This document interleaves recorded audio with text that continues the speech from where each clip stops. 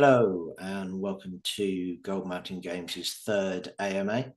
I am Rob, the Creative Director of Gold Mountain Games, and on this AMA I thought I would take a closer look at some of our subclasses. Those of you that have downloaded and received our free one-shot, thank you very much.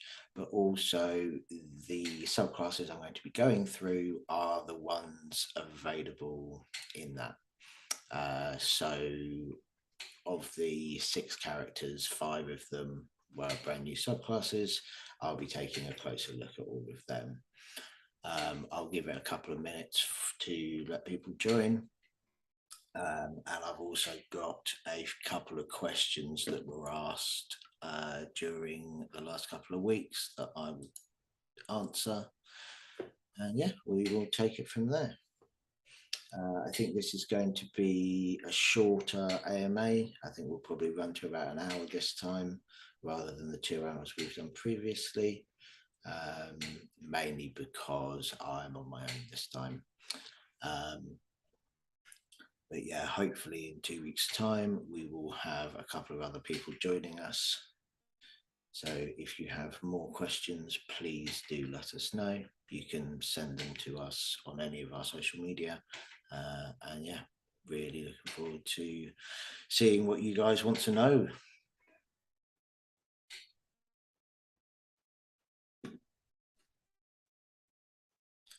Just give it another couple of minutes.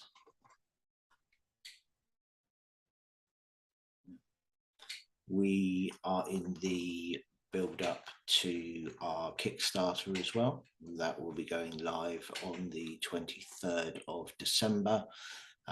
We have quite a lot that you can get your hands on through there.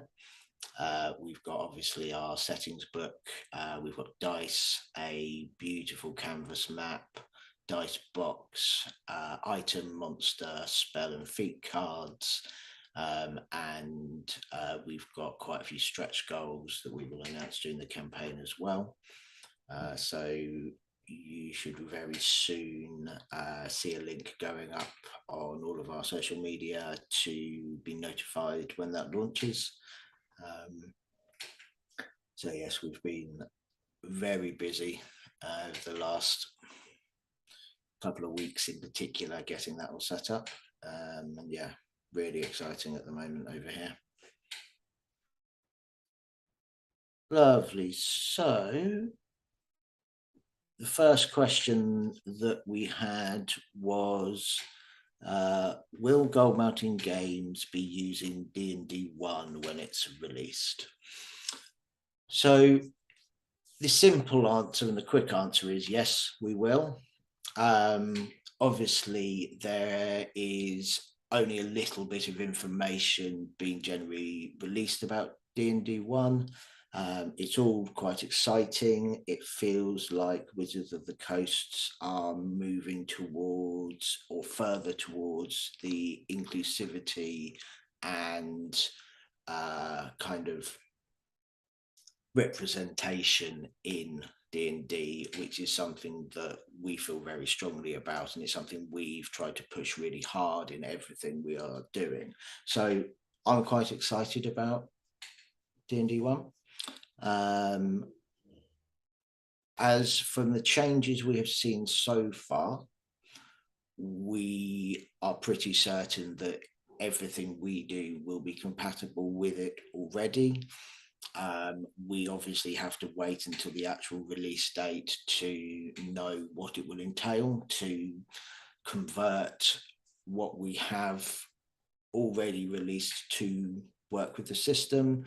But we do plan to do that. So as I mentioned the Kickstarter a minute ago, we will be providing a small release to adapt that to D&D 1, so that anyone who has got anything from us before that release, it won't be redundant. you'll still be able to use everything. And the question we've had is a good one from Nuclear Wessels on TikTok. Are you only 5th edition, or do you have plans for other systems, or are we open to new systems? So we decided to start with Dungeons and Dragons because it's what most of us know, and it is the game that most role players know. But we have been approached by Paizo to potentially convert this first settings book into Pathfinder 2nd edition. We are potentially looking at Morkborg as well, as one of our directors is very familiar with the system. And yes, we are open to other systems. We will be staying mainly within D&D, but we hope to, at least for Pathfinder, convert everything for 2nd edition Pathfinder.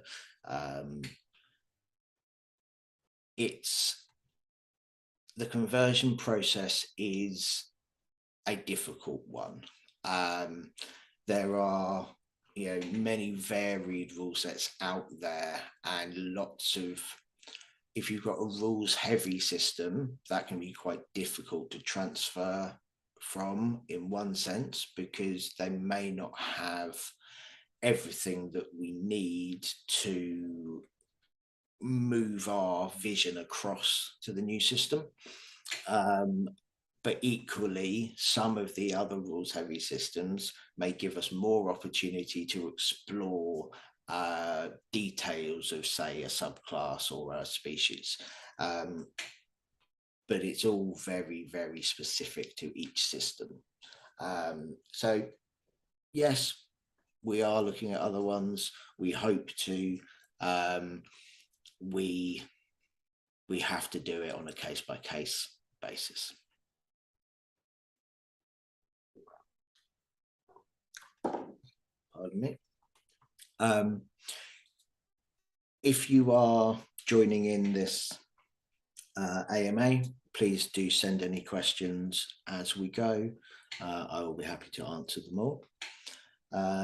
So first of all, let's delve into the combat medic. So when we were trying to come up with subclasses, one of the things we were doing was looking for areas, one, that people would want to play, and two, things that would naturally be part of the world of the Saltreach Isles. And combat medic is something that I have always wanted to design, because I think it's a logical progression of some fighters, especially fighters who come from an army or a military kind of organization, that some healing is going to be needed. And in D&D, healing comes from mainly clerics, paladins, rangers. There are a few other subclasses that bring it into play. But if you've got a group of hired hands, or hired swords, sorry, then you might not have a cleric with a very religious background. You may not have the celestial domain warlock, for example. The religious healing usually comes with a good or evil slant to it. So it makes sense to me to have a combat medic, a fighter that knows how to treat the battle wounds of their companions. So the fighter subclass was one of the first that I actually wrote, and it's one of my favorites. I have played this a few times in playtesting, and it is a lot of fun. So I'll read out the little blurb first of all, and then I'll go through some of the abilities.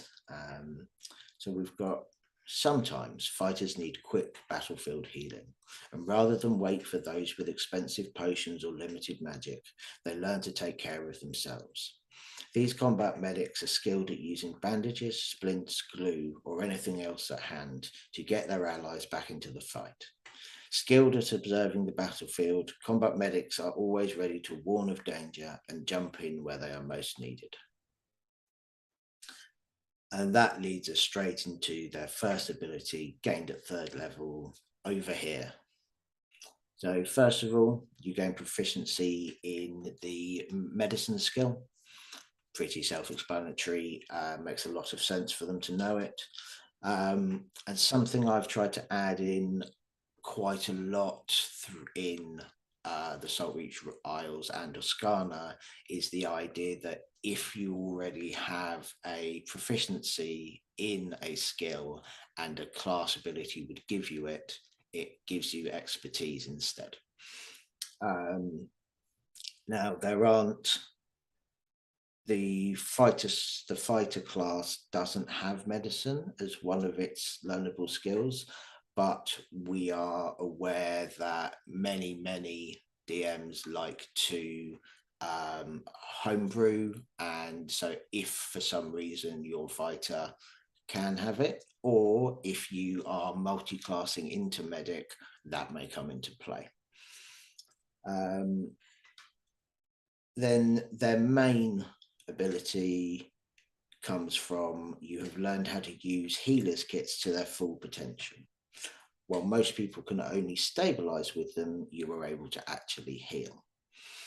So what this does is the standard healing kit from D&D, you can use that to give hit points back.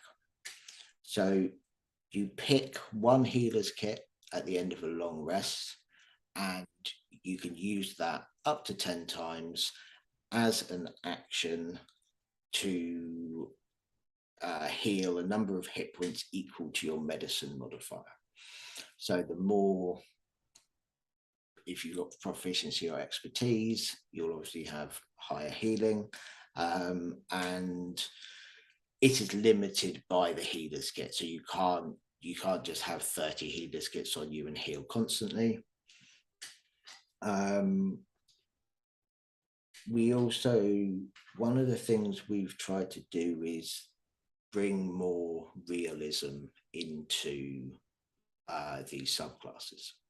So if you use your healer's kit to heal someone and you've got an enemy next to you, they can choose to make an attack of opportunity against you. You know, they will see what's happening and they can use it to try and strike you, which we feel kind of, it lessens the power of the ability, and it is a strong ability. And of course, it gives you that extra level of thinking that you need to do in the moment. We've also added a nice perk to this ability at level 7, but I am not going to reveal everything during this. So if you want to find out what that is, please sign up to our mailing list, or have a look at our social media and join the Kickstarter when it launches. As you go through the class, we've already introduced the main ability of healing. Now we wanted to add some more dimensions to this, you know, not just a one-trick pony. So we've got revitalizing aura, which will help those around you deal with death saving throws. So this is kind of a passive ability that will affect any of your allies within range. And again, this adds some depth. So as we go up to the 10th level ability, we've got a bonus to your healing. Yeah, let's make that stronger. It also lets you use your second wind ability in another way. So again, adding another dimension to the class. We then move up to Warning Cry, and this was something I was really keen to get in. Like, if you're the medic, you're going to be aware of the battlefield. You're going to be specifically looking for injured people, looking at where the enemy are. And I thought an ability that takes advantage of that was a really nice, some nice flavor to add.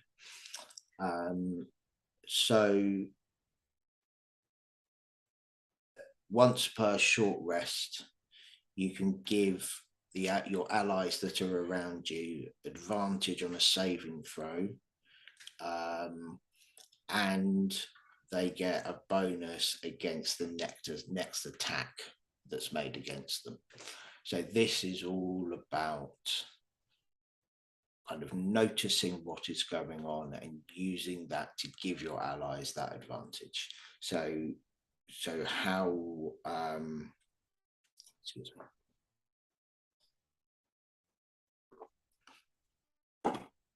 So it's quite a strong ability. Having advantage on saving throws is powerful. Hence why we've limited it to the short rest. Play testing has shown that it is a battle changer.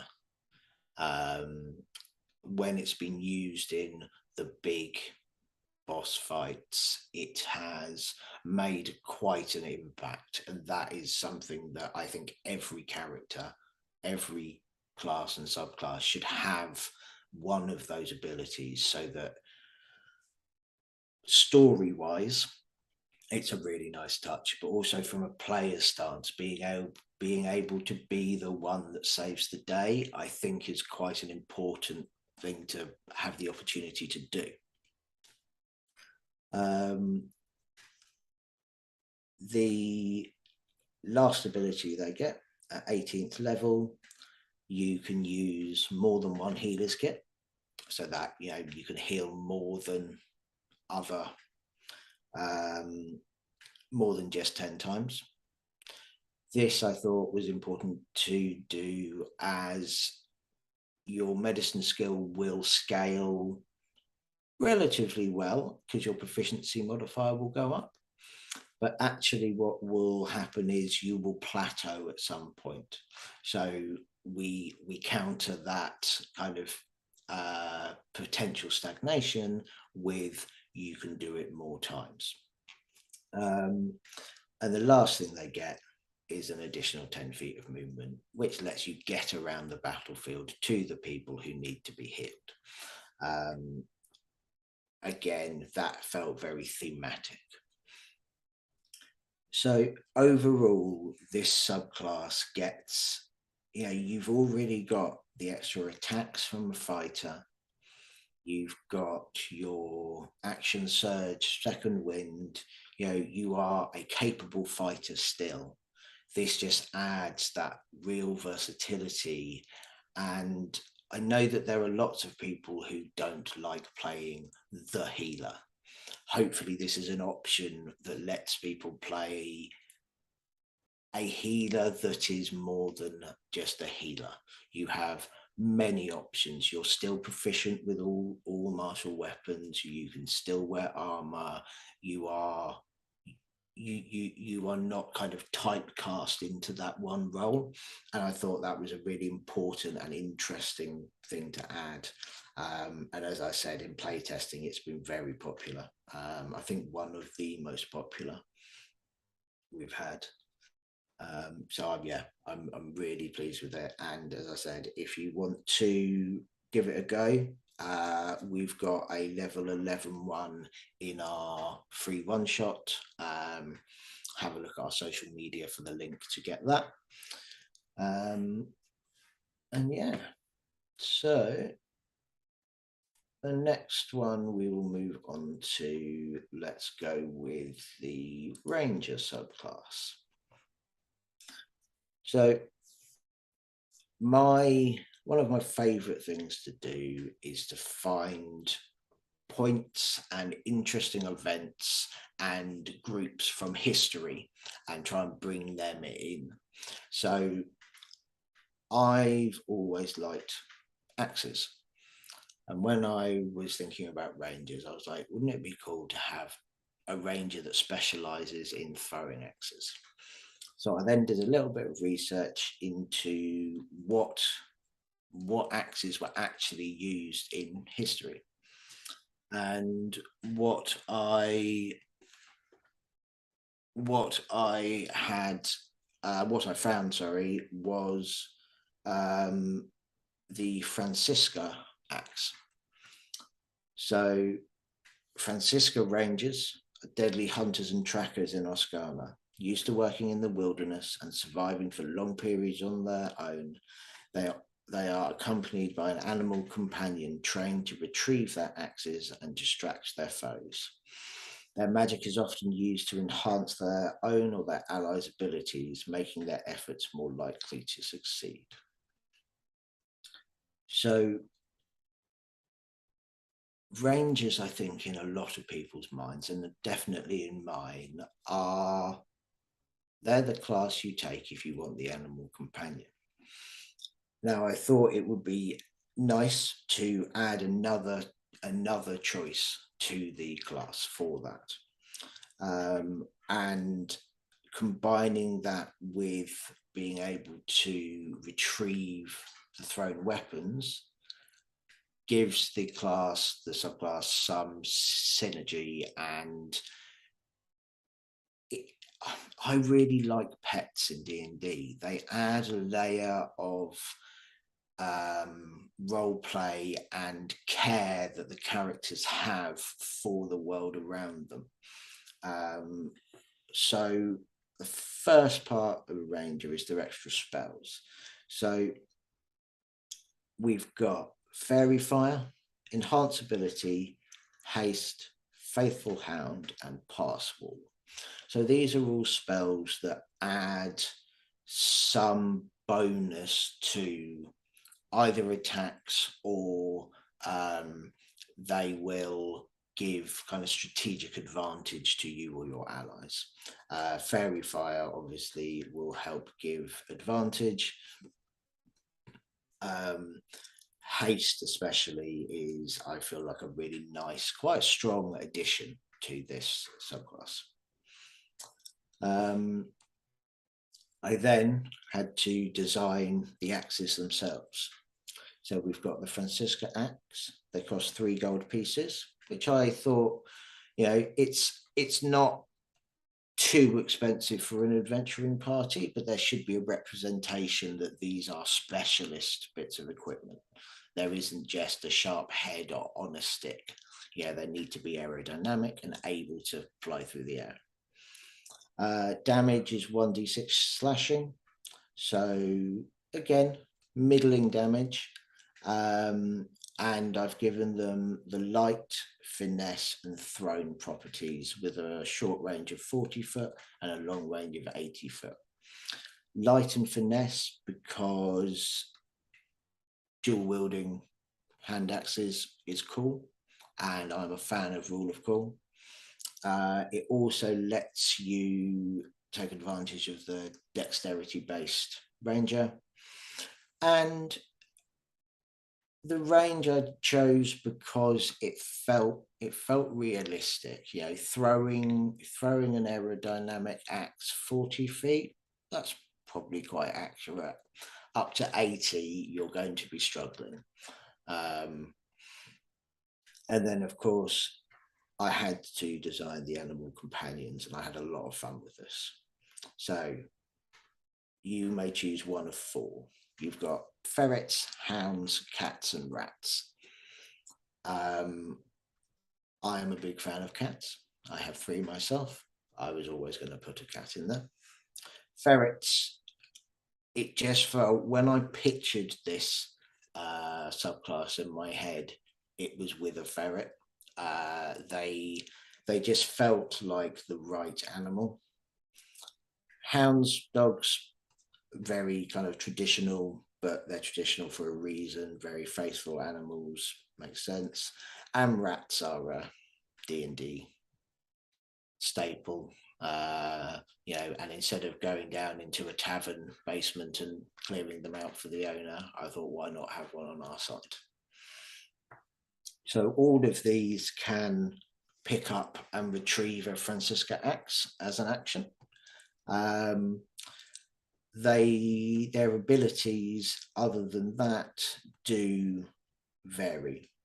I'm not going to go into detail about them, but they are differentiated from each other by the bonuses that they can give you or your allies in combat.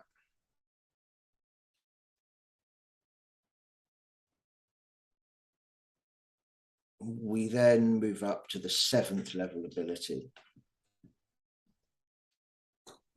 I wanted these guys to be a bit intimidating and scary. I wanted them to, what's that movement through the trees? And then suddenly there's an axe flying out towards you. So we gave them an ability called Quick Hands from Nowhere. So this lets you draw your axes as part of your attack action. And it also gives you a bonus to hit if you are in partial or better cover. So this means that if you are staying back, if you are lurking in a tree line or behind some rocks, you are better at what you are doing because you can make your attacks unexpected. And I think it does a good job of doing that. It pushes you towards a play style that suits the ranger, in my opinion. As you keep going up the levels, you get Animal Bond, which increases again the abilities of your animal companion. So you get some extra hit points, armor class, and a boost to your abilities depending on which pet you've chosen. And then 15th level, we've got a very powerful ability, which is still going through playtesting. So we make sure we have it right. And I think that's something we are really keen on here. We are not just writing these things and putting them in a book. They are going through months of very rigorous playtesting to make sure that they work and give a really enjoyable experience. So move and throw.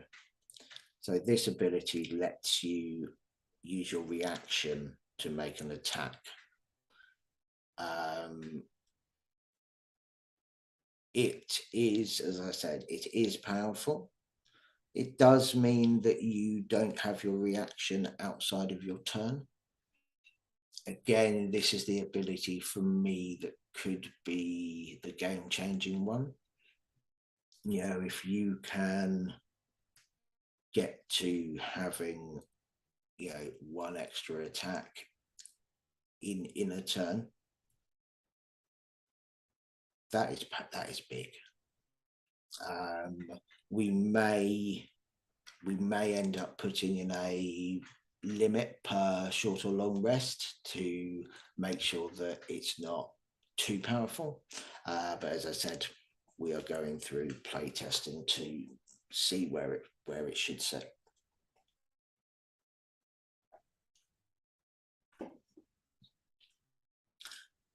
We also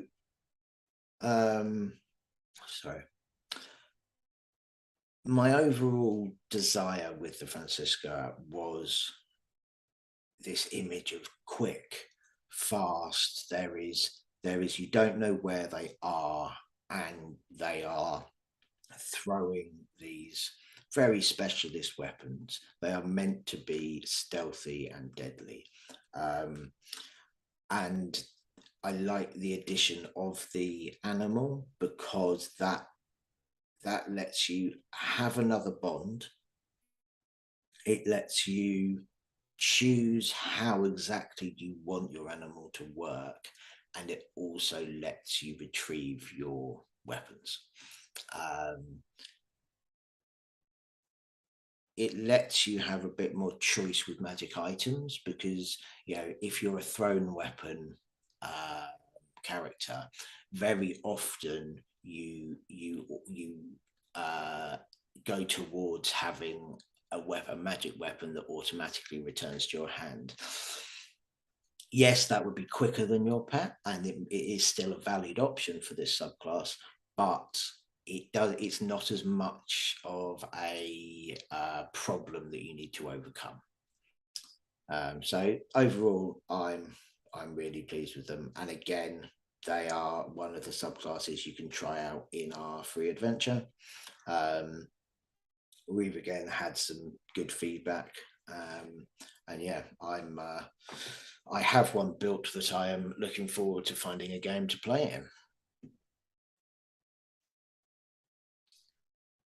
So where should we go next? We've got let's go for the Circle of the City, which is obviously a druid subclass. This was a real challenge. We have in our setting very defended, very urbanized cities. They are like this because the wilderness is very dangerous.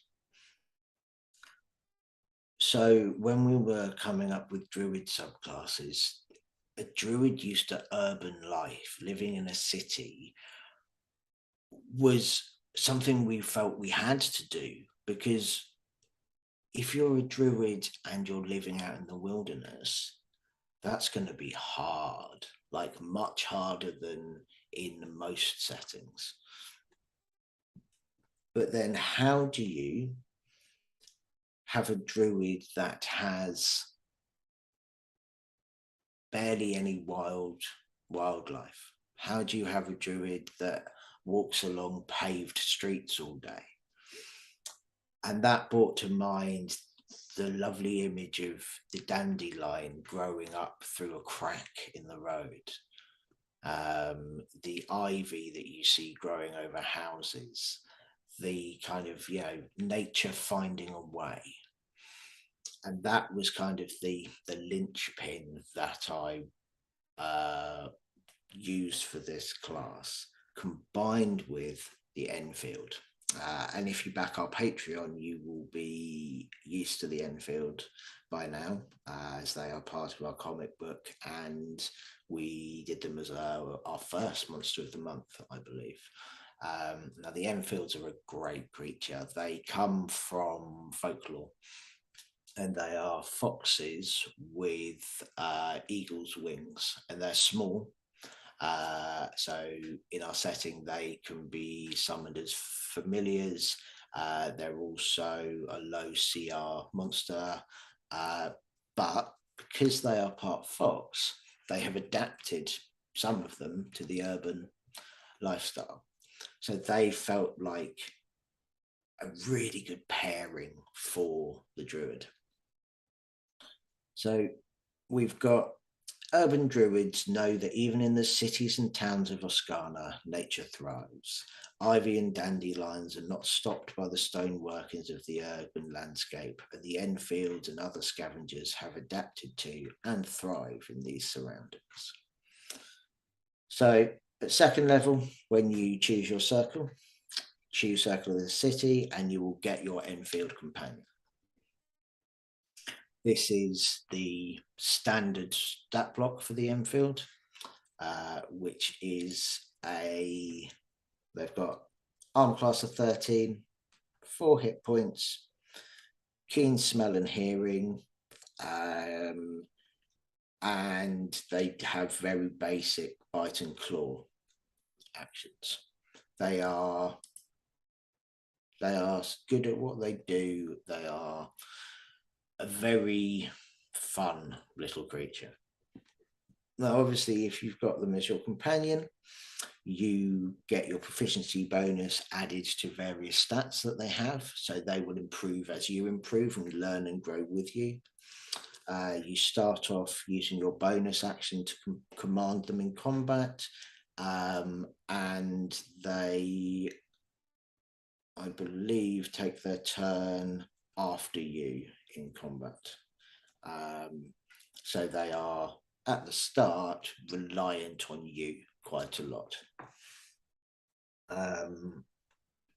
They make death saving throws as a character would. So, you know, losing your Enfield would be quite a big deal, and you would have to then go and find another one and spend time in character training it so it can become your companion again. Again, I really wanted to push that idea of this is another bond. This is an important creature to you. This isn't this isn't a magical thing that you can just summon. This is your friend. This is your pet. This is your companion. As I've said a few times now, I like building those bonds as a character. I think it just adds so much richness to the story. At level 6, just like the plants that find a way to thrive in the urban environment, so can you. As they push through the crack in stonework and find purchase on cold stone walls, you have also managed to make your existence work in the city environment. So while you are in an urban environment, so that may be town, that may be city, it may be a port, it may be even a village, depending on, we'll leave that up to DM discretion. It means that your hit dice are more useful for you. You get to re-roll them. You don't need as much food and consume half the normal rations. You've got some bonuses to survival checks. You can't be surprised, and you are much better at tracking creatures through an urban environment. Just kind of quality of life improvements, things that would make sense for someone who is in tune with a city. At 10th level, we buff your Enfield companion. So it now rolls its own initiative, has its own movement action and bonus action, and it has a few other little bonuses that come into its stats. So this really turns your companion into a fully kind of sentient and able to make its own decisions and choices in combat. I think this reflects that kind of experience that they would gain as they travel with an adventuring party. They are not unintelligent creatures. They are able to learn and be of help. We then move on to Urban Explorer. This is your ability to find what you want and be where you want to be in a city. So you can't get lost in an urban area and always know where you are in that town and city. Obviously, if magic affects that, then that can still affect it. But as a person in a city, your sense of direction is 100%. Something we've added in flavor as well is that you always know the quickest and safest routes through the city. So mechanically, there isn't any mechanics involved in that. Again, DM discretion, but it should be able to get you out or into situations that you want to be in, helping player agency, which again I'm a big fan of. The mechanics that come into it boost your survival checks by quite a chunk. You counter result of 1 to 9 on a dice as a 10 for a survival check. So, borrowing the idea from the rogue a bit, and it just makes sense. And then your last class ability, Druid's Best Friend. Again, we boost your Enfield. So this time the attacks do more damage, and the AC goes up. This is limited to when you are in your wild shape. So if you wild shape, your Enfield knows what that means, and he's ready for a proper fight. Again, I think that's got lovely storytelling elements to it. It gives a real sense of, right, come on, this is it. And you change, you leap into combat together. I think, it's just a really lovely image. And I think overall, the Circle of the City is, I just think it adds so many really interesting and exciting opportunities for the role play. It completely twists the druid on its head. Druids are usually all about the wilderness. They're all about nature. And this doesn't take the nature away, but it accepts that the urban landscape is part of nature now.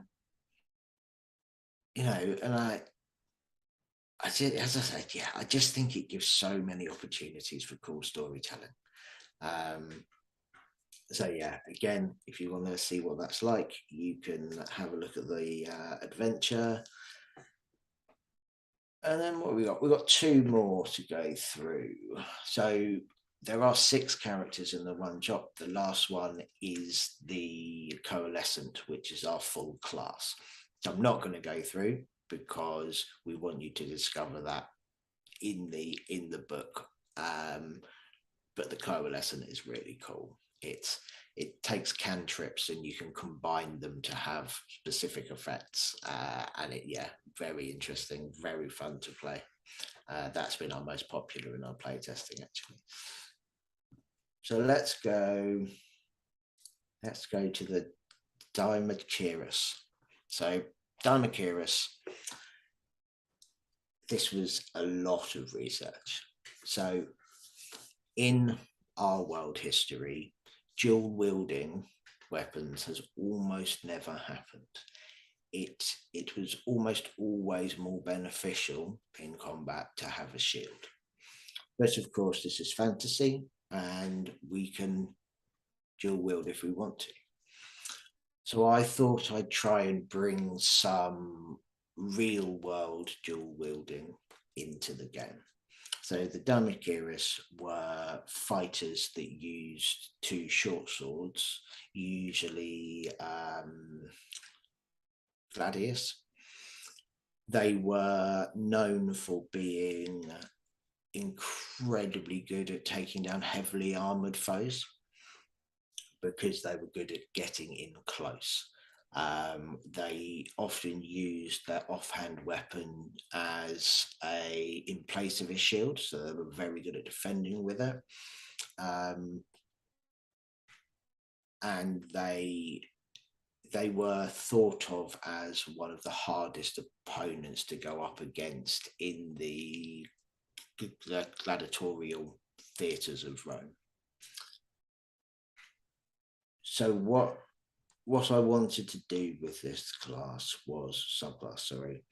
was to put some real senses of motion in it.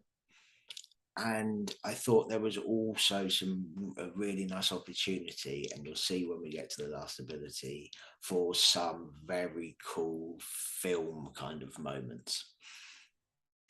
But we start with at 3rd level, as it's a fighter subclass.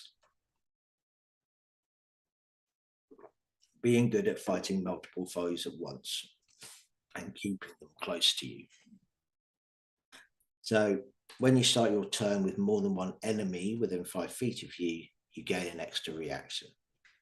This reaction is only used for an attack of opportunity and lasts until the start of your next turn.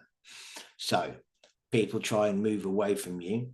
Not only do you get your normal opportunity attack, you get an extra one.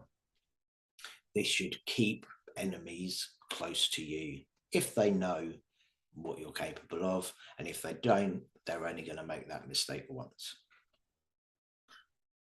We've also um, added in an ability where, as part of engaged, where if you make more than one attack in a turn and choose a different target with each target must make a Constitution saving throw, and on a failure, their speed is reduced to 0. So this is the thing that gets harder as you get more attacks and you have to have more enemies around you, which is why it's balanced. So, because it's powerful, you keeping people where you are lets people set up spells. It lets other people have extra mobility. It is a very powerful way to crowd control. So as you get, the more attacks you get as a fighter, it becomes more difficult to do. I think it's very thematic. I'm a big fan of this ability. Parry is their 7th level ability. Again, as I said, they are used to being able to defend with their extra weapon. So while you are wielding a weapon in each hand, you gain an extra bonus to your AC, in addition to any other bonuses to your armor class. So it's not as good as blocking as a shield, but you get an extra AC out of it. You may also attempt to parry a melee attack that hits you. So as a reaction, when you are hit by a melee attack, you may roll a d4 and minus it from the attack roll. This may cause the attack to miss. So that's your ability to push your sword up, block the attack, and this also kind of takes some of the power away from having 2 reactions, because you can choose to either attack with it or reduce your incoming damage. When you get to a higher level, the dice becomes a d6 to make sure the ability scales with the difficulty of the game. Then the next 2 abilities at level 10 and level 15. So the first one is the bigger they are. This brings in the element of them being specialized at fighting against people in armor. So when you score a crit, you now score a crit on a 19 or a 20 against any opponent wearing armor. So this is meant to represent that armor class versus dexterity armor class. So those not wearing armor are usually high dex characters. They're not taking the brunt of the attacks, they're dodging out of the way. I've also added into this, in addition, enemies do not benefit from using a shield while fighting you.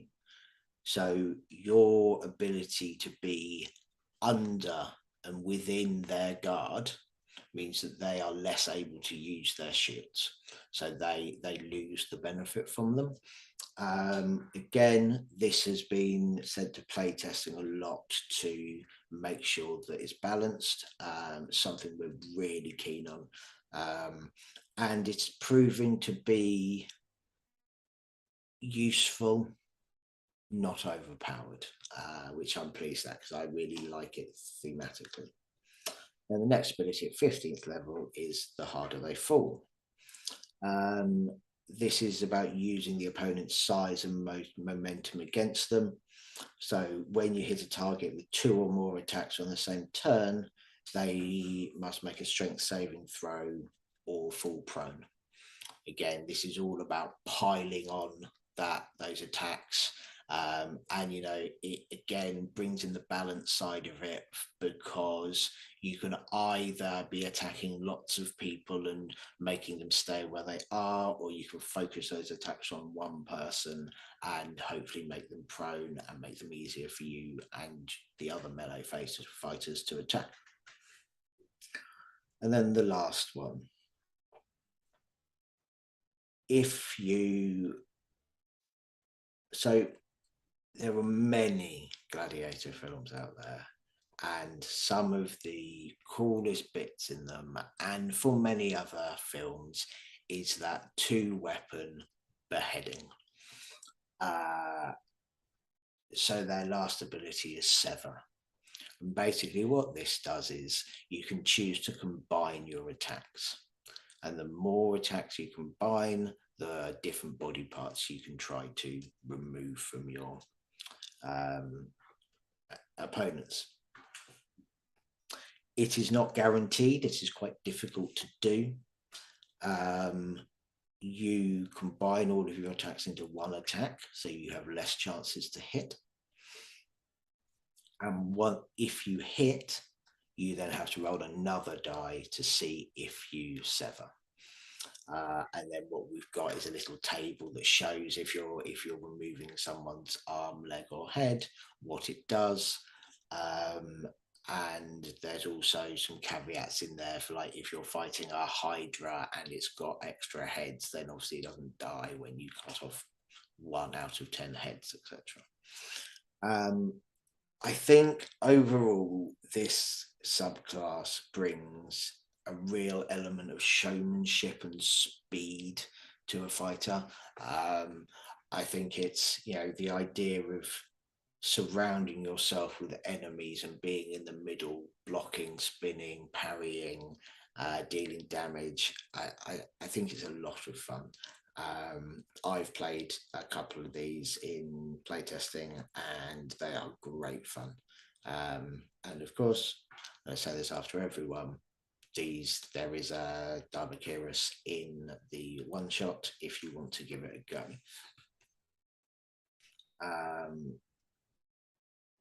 And that moves us on to the last subclass. This is actually the subclass that I will be playing in the stream that is coming up for release. So please do keep an eye out for that in the next couple of weeks. This is the Shield Mage, a wizard subclass. So in Oscana, the tieflings are the only species that came from off the island and then settled here. And when they did, they bought the incredibly powerful shield mages. These wizards have dedicated themselves to protecting their allies and themselves in combat. This training was quickly passed on to the other species, and it is now rare to see a hunting party or corsair ship without at least one shield mage among them. I think my thought here was that the shield spell is fun, and what would it look like if it was the center point to a subclass? So you start off at second level with protection barriers. You can add the shield and shield of faith spells to your spell book, and they count as always prepared for you. And once per long rest, you can cast shield without using a spell slot. And then also importantly, you gain proficiency with shields and may use one as your spellcasting focus. So this lets you build a melee wizard. Not necessarily one that fights with a weapon, but one that fights with touch spells or cone spells. You can be in combat with this, and you can, although you are still squishy, you still only have your 1d6 per level hit dice, but your AC should be all right. And I think what this does is it takes the Blade Singer and it removes the attack and puts all of that on defense. You are still a wizard, but you're probably going to dodge a few attacks in it. The other thing you get at level 2 is tactical timing. If you're someone who is concerned with protecting yourself and others, like the medic, you're going to be aware of the battlefield. And how I chose to put that into this was the so starting at second level, or after all initiatives have been rolled at the beginning of combat, you may add or subtract your intelligence modifier from your initiative score. So rather than just giving a flat bonus to initiative, you may wish to put your initiative down to make the order in combat more beneficial for you. It scales with intelligence modifier because it's, you're going to be using your intelligence to work out when it's better for you to act. Now, it's purposefully set as your intelligence modifier and not up to your intelligence modifier, so to keep it as a you're not able to completely control where you are. You may, with a, say you've got a +4 to your intelligence modifier, that will probably let you get from mid to top, or mid to very low down the order, unless there's a very wide spread. But it should be able to be useful, at least in many of the combats you get into. So then at 6th level, you get Shockwave. So what this does is the shield spell lasts until the end of your next turn instead of the beginning of your next turn. And when it finishes, a pulse comes out, and everyone around it, let's make a dex save or take damage. Now, this is potentially powerful, potentially damaging. This doesn't give you a choice whether you do it, and it doesn't differentiate between enemies and allies.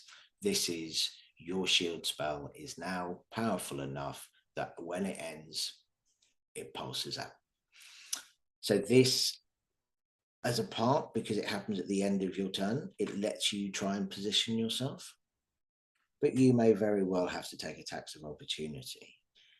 You may very well not have a choice but to get your allies within it. It really makes you think, and it adds a level of depth to your decision making and your kind of how you build your character. Are you going to make a shield mage who is very conscientious of others and is going to make sure that they don't harm you? Or are you going to make a shield mage that doesn't do that? One that is going to get the most number of enemies in it, even if the paladin's going to get in it too. I think it gives some really nice options. Now, this next ability, Invulnerability, gives you the Globe of Invulnerability spell. Now, you get this at 10th level, so you cannot cast it with a spell slot at that level, because you don't have them until 11th level. But what this does is it gives you one free casting of it without a spell slot per long rest. So this, again, it gives you a quite powerful spell one level early, which I think speaks for itself. It's limited, but again, could change an encounter. This Invulnerability also lets you cast Shield once per short rest without using a spell slot. Again, just to keep up with the power curve of leveling.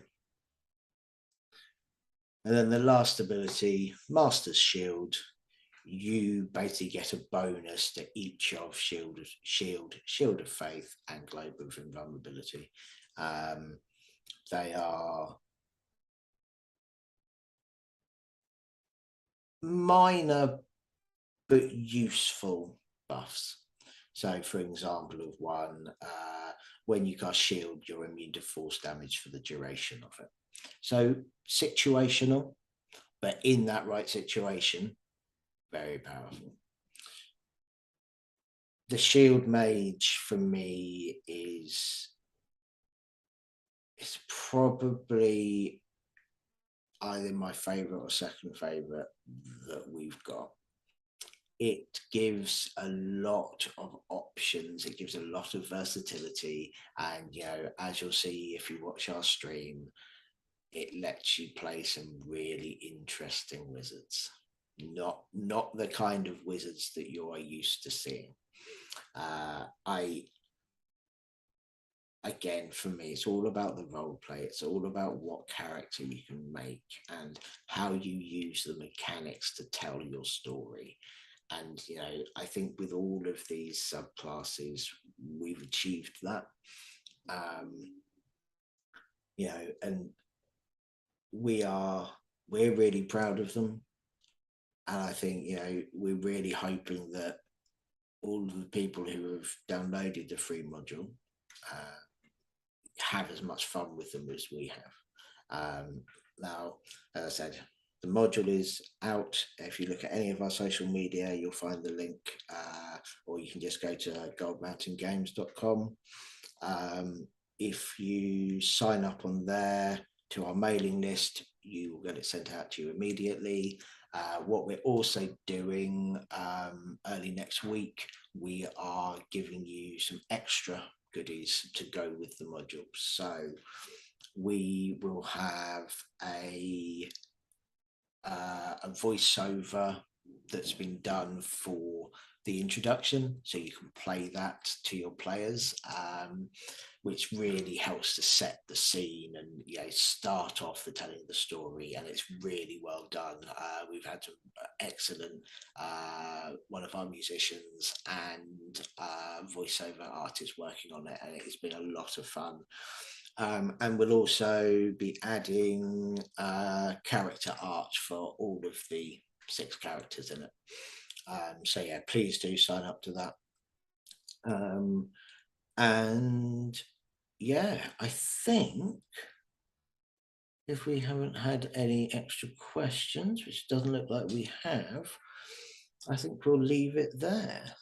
We have 30 subclasses, brand new subclasses coming out in the Kickstarter.